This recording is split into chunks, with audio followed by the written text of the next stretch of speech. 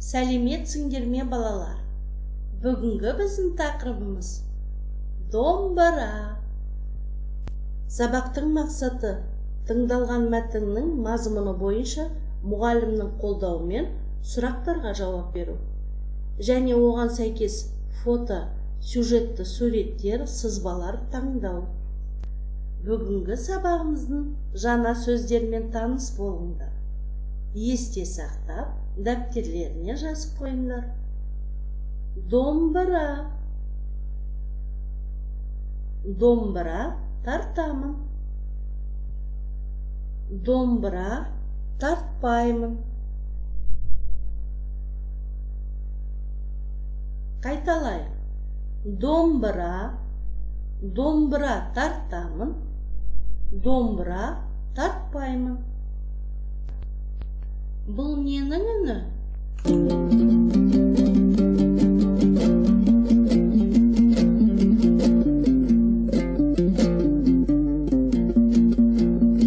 Иә, дұрыс, бұл домбыраның үні. Мынау не?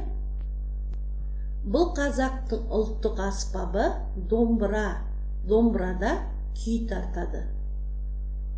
Мынау домбыраның басы.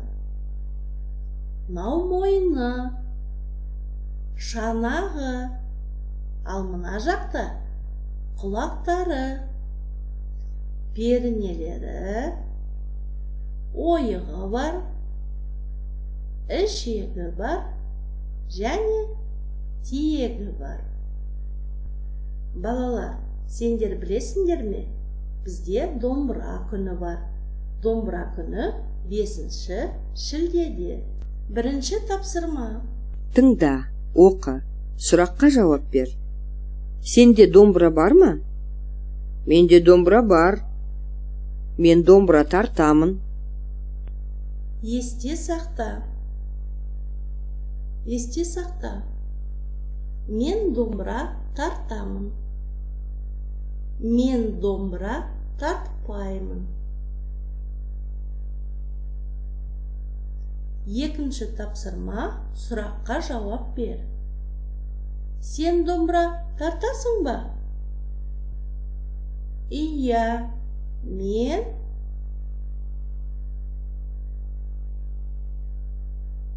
Жоқ, мен.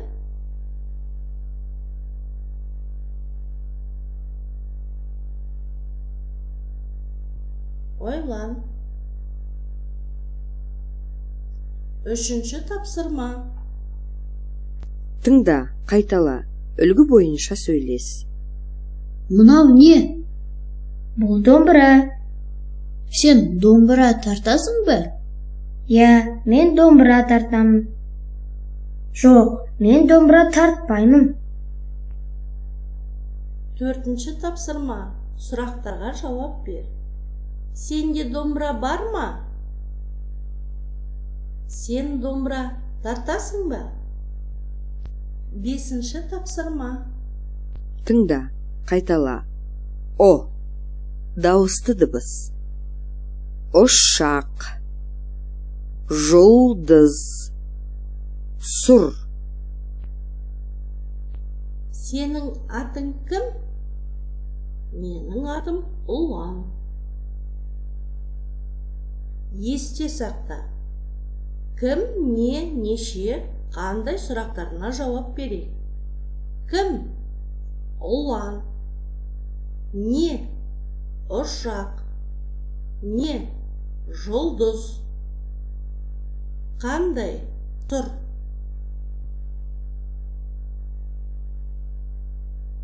Балалар, нөмір 2-ші дәптердегі 10-шы беттегі тапсырмаларды орындаймыз. Бірінші тапсырма. О әрпін бастырып жаз. Екінші тапсырма. Толықтырып жаз. Үшінші тапсырма. Боя. Сабақ аяқталды.